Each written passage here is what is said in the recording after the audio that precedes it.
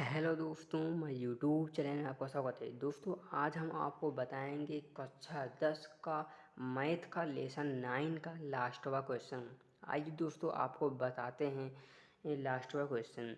यह एकदम सरल है दोस्तों, बस आपको समझना होगा इसका डायग्राम कैसे बनता है। आइए दोस्तों, आपको पहले क्वेश्चन पढ़ के दिखाते हैं, फिर आपको कॉपी पे हल करके दिखाएंगे। देखिए दोस्तों, ये कहता है एक सीधा राजमार्ग एक मीनार के पाद बिंदु तक जाता है। यानी कि एक जो सीधा राजमार्ग यानी जो एक रास्ता है वह मीनार के पाद बिंदु तक जाता है और मीनार के शिखर पर खड़ा एक आदमी, और जो मीनार है उस पर एक आदमी खड़ा है और एक कार को 30 अंश के अवनमन कोण पर देखता है, जो कि मीनार के पाद की ओर एक समान चाल से जाता है। 6 सेकंड बाद कार का अवनमन कोण 60 हो गया। इस बिंदु से मीनार के पाद तक पहुंचने में कार द्वारा लिया गया समय ज्ञात कीजिए। आइए दोस्तों, आपको इसको हम सॉल्व करके दिखाते हैं। देखिए, कहता है एक राजमार्ग, यानी कि एक राजमार्ग है ये। देखिए, यानी कि जो एक राजमार्ग है, देखिए यहाँ से एक राजमार्ग है, ये मान लो एक यानी रास्ता है, और जो शिखर है यानी जो मीनार है, यानी कि मीनार तो हमेशा बड़ा ही होगा, तो ये मीनार हो गया। ठीक है दोस्तों, यानी कि जो ये शिखर जो आपका राजमार्ग है यहाँ तक पाद बिंदु तक जाता है। ठीक है दोस्तों, पाद बिंदु तक जाता है और जो इसके शिखर पर है एक आदमी खड़ा है, जो कार को पहले चलाता है। ठीक है, जो कार को पहले चलाता है तब वह 30 के चलाता है, यानी कि 30, यानी कार पहले यहाँ रही होगी तो वह 30 के अवनमन कोण से चलाता है। ठीक है, तो 30 के अवनमन कोण मतलब अवनमन जानते हो कि ऊपर से जो नीचे और देखते हैं किसी वस्तु को, तो वहाँ पे अवनमन कोण बनता है, अवनमन कोण वहाँ पे बनता है।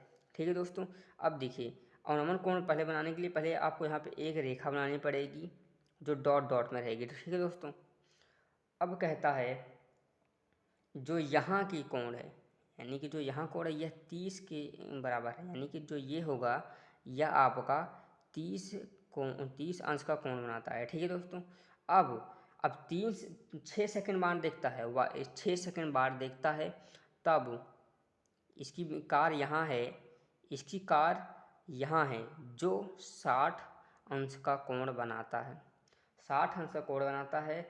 अब नाम दे दीजिए यहाँ पे, देखिए नाम दे दीजिए, इसको दीजिए ए, इसको दे दीजिए ए नाम, A B C D. Okay दोस्तों, इसको नाम ये दे दीजिए। अब देखिए, अब आप लोग जानते हैं कि अवनमन कोण यहाँ, यानी कि इसका जो पूरक यहाँ का यहाँ कोण बना होगा, यहाँ का पूरक कोण होगा ये 60 अंश का होगा। अब देखिए, अब यहाँ से आप कह सकते हैं कि जो ये जेड आकार, देखिए यहाँ पे आपको जेड आकार का कोण बन रहा है। ठीक है, जेड बन रहा है, तो जेड बन रहा है, आप जानते हैं कि इसका सेम ऊपर, यानी यहाँ पे कोण 30 अंश का कोण यहाँ पे है, तो अपोजिट इसका यहाँ पे 30, यहाँ पे भी 30 अंश का कोण ही बनेगा। ठीक है दोस्तों, अब यहाँ पर फिर ऐसा ही होगा। देखिए पूरा कोण बोल रहा है, यानी कि यहाँ तक पूरा जेड आएगा, ये जेड जेड इसमें भी बन रहा है, यानी 60 यहाँ पे, तो 60 कोण यहाँ पे, 60 अंश का कोण यहाँ भी बनेगा, 60 अंश का कोण यहाँ भी बनेगा। अब देखिए दोस्तों, अब क्या कहते हैं, अब मान लीजिए आपको यहाँ पे जो डी और सी की लंबाई, यानी कि यहाँ 6 सेकंड लगा था। ठीक है, यानी 6 सेकंड लिखते हैं हम।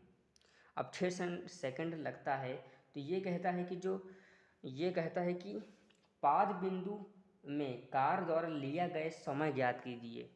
अब हमको यहाँ से यहाँ कार लाने में कितना समय लगा है वह हमको ज्ञात करना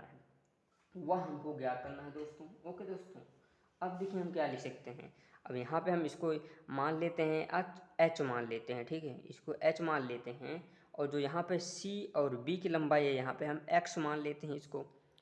अब इसको एक्स मान लेते हैं, तो अब यहाँ पे लिख सकते हैं, हम लिखते हैं, हम देखें लिखते हैं हम, माना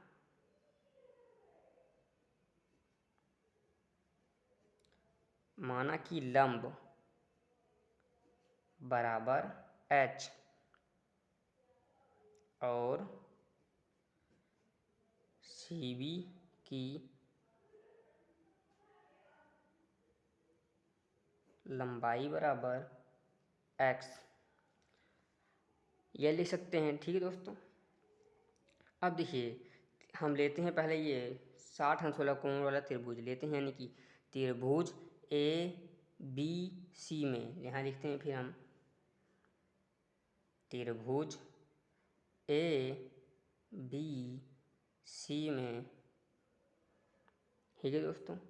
अब देखिए फिर त्रिभुज ABC में देखिए आपका यहाँ पे कण हर जगह कण जो है आपका यहाँ पे भी अलग है, यहाँ पे भी अलग है, इसलिए यहाँ पे हम और कोई सूत्र नहीं लगाएंगे।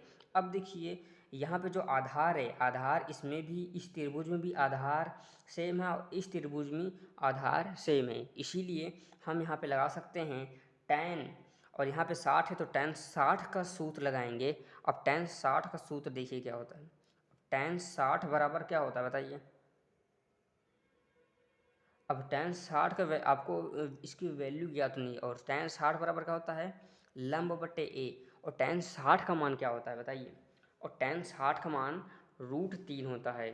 ठीक है दोस्तों, tan 60 का मान √3 होता है, और बटे में 1 लिख सकते हम 1 लिख देते हैं। और लंब आपने क्या माना था, लंब जो है माना h माना था, तो आप यहाँ पे h लिख दीजिए। ठीक है दोस्तों।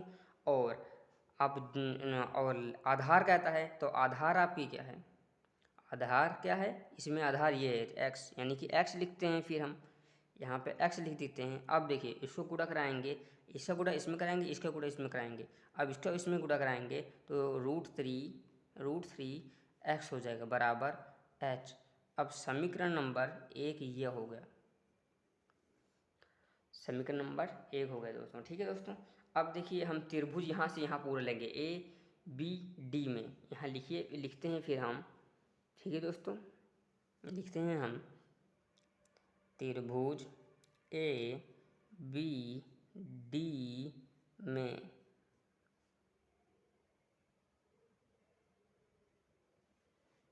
अब त्रिभुज ABD में क्या लिखेंगे, देखिए ABD में त्रिभुज में लिखेंगे आप यहाँ पे, इसमें अब 30 अंश का कोण आएगा। ठीक है, अब 30 अंश का कोण आएगा यहाँ पे, देखिए यहाँ पे क्या आएगा दोस्तों, देखिए अब इसमें जो है आपका एंगल जो आएगा आपका 30 आएगा, पूरा ले रहे हैं ना त्रिभुज यहाँ से यहाँ तक, तो एंगल अब 30 आएगा। तो यहाँ हम लिखते हैं हम tan। ठीक है दोस्तों, यहाँ लिखते हैं फिर हम tan, यहाँ भी tan 30 लगेगा, tan का सूत्र, तो tan 30 बराबर L बटे A। और tan 30 का मान क्या होता है आपको याद होना चाहिए, tan 30 का मान 1 बटे √3 बराबर लंब क्या है, लंब आपने माना था जो है ऊपर, जो लंब है आपने माना था h, तो h यहाँ पे भी लिखेंगे h। और आधार, अब देखिए यहाँ पे आधार सोचने की बात है। देखिए अब देखिए यहाँ पे, अब जो आपका आधार है, आधार यहाँ, अब यहाँ ये नहीं रहेगा आधार, अब आपने पूरा त्रिभुज लिया है, इसलिए अब जो आधार होगा आपका होगा पूरा आधार होगा, यानी कि हम कह सकते हैं यहाँ से, देखिए हम यानी कि कह सकते हैं कि हम DB बराबर DC प्लस CB, यही तो कह सकते हैं ना, यानी कि यहाँ से यहाँ पूरा आप ले रहे हैं आधार, तो DB बराबर जो होगा DC प्लस CB, ये होगा। ठीक है दोस्तों, अब इसीलिए हम यहाँ से लगा सकते हैं, देखिए अब यहाँ से हम लगा सकते हैं, यही लिखेंगे फिर हम यहाँ से लिखेंगे, फिर हम DC प्लस CB। अब देखिए यहाँ पे 1 बटे √3 बराबर h के वैल्यू नहीं दी गई तो h ऐसे रहने देते हैं, लिख देते हैं। और DC की वैल्यू क्या दी गई है, देखिए यहाँ पे देखिए DC की वैल्यू आपकी 6 सेकंड दी गई है, तो आपको यहाँ पे DC की वैल्यू 6 सेकंड लिख देते हैं। DC की वैल्यू आपको 6 सेकंड है, तो 6 प्लस, और CB की वैल्यू जो है x है, तो x लिख देते हैं। अब देखिए यहाँ से क्या होगा दोस्तों, अब यहाँ से आप कुछ नहीं करेंगे। अब यहाँ से आपको इसका गुणा इसमें करना है, इसका गुणा इसमें करा देना है। ठीक है दोस्तों। अब देखिए 6 + x बराबर √3 इंटू एच लिखते हैं। ठीक है दोस्तों। जगह नहीं है दोस्तों, यहाँ पर लिख देता हूँ। देखिए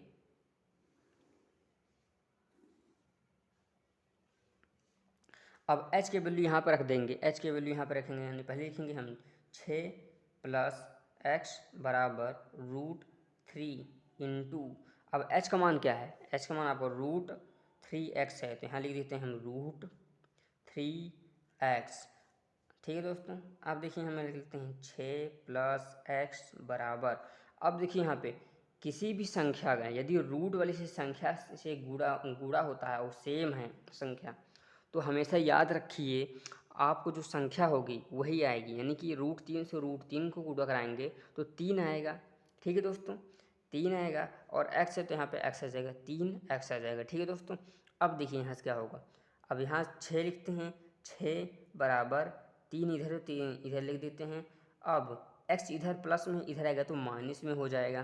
ठीक है दोस्तों। अब 6 बराबर इसमें से 3x में से 1x गए तो 2x आ जाता है, और 6 बराबर यहाँ पे 2x आ जाता है, यानी कि x बराबर 6/2 आ जाता है।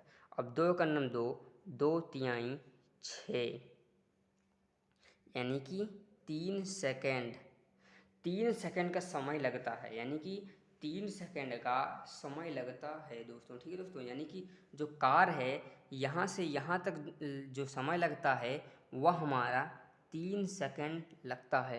ओके दोस्तों, उम्मीद करते हैं दोस्तों यह वीडियो आपको पसंद आई होगी। यदि आपको वीडियो पसंद आई होगी तो हमारे चैनल को ज़्यादा से ज़्यादा सब्सक्राइब करें। ओके दोस्तों, नेक्स्ट वीडियो में हम इसी तरह सवाल के साथ आपको मिलेंगे।